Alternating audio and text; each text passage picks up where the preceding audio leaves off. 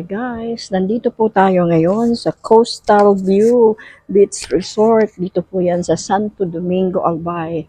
So, we are here for a conference ng IFP or Intercessors. Gusto ko pong i-feature itong pili.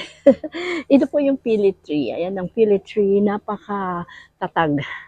Napakatatag po niyan. At saka, ayan po yung bunga ng pili tree. Ayan, ganyan po. Yan. Yan. Pag hinog na yan, magiging violet or black. And then there is an amazing tree po, mga kaibigan. Ayan. Ano ba yung tawag ng tree? Tinanong ko kanina yung may-ari kung anong pangalan nito eh. Tingnan nyo po, isa lang po siyang puno.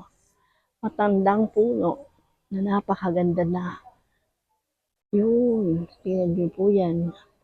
Napaka-sturdy, napaka-tatag. Saka mababa lang po siya yung kanyang trunk na dumami siya, lumawak. So imagine how, ano po, mapresko dito dahil po sa napakalaking punong kahoy na ito. Napakaganda.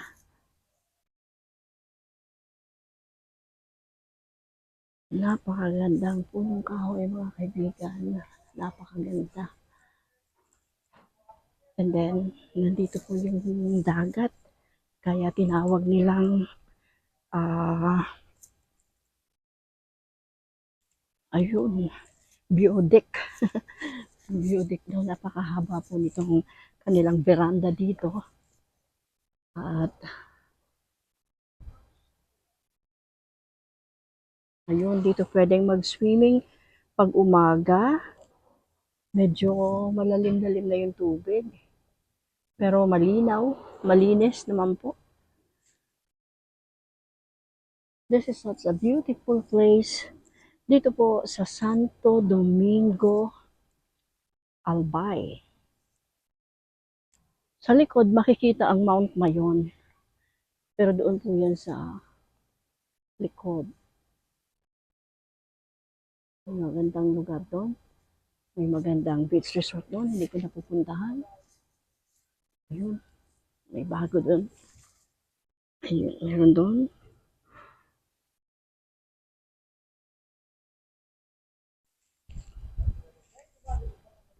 And then, meron pong magandang swimming pool doon sa isang portion na yun doon.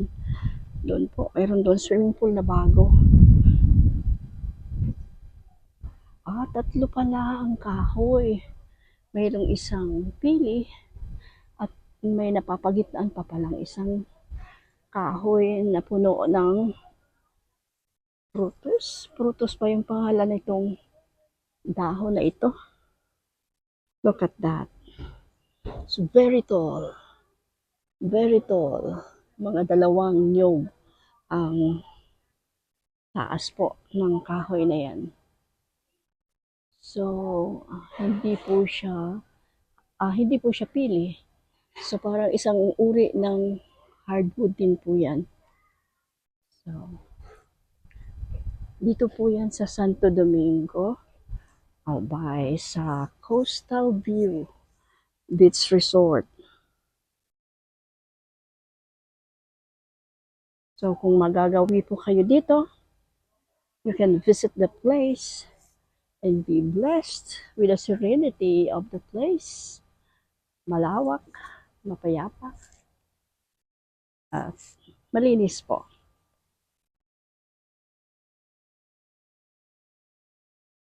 May Pasko na dito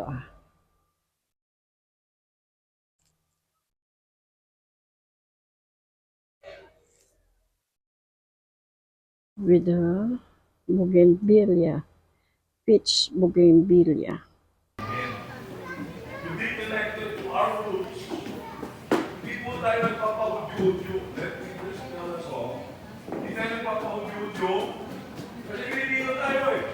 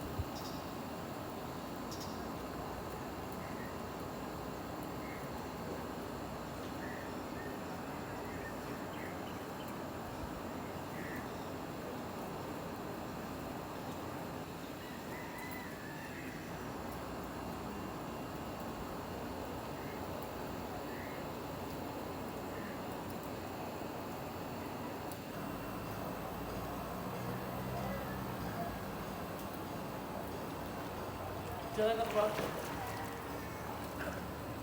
Nalusulo. Diyan na ko. Gabos ko ama. Diba ko?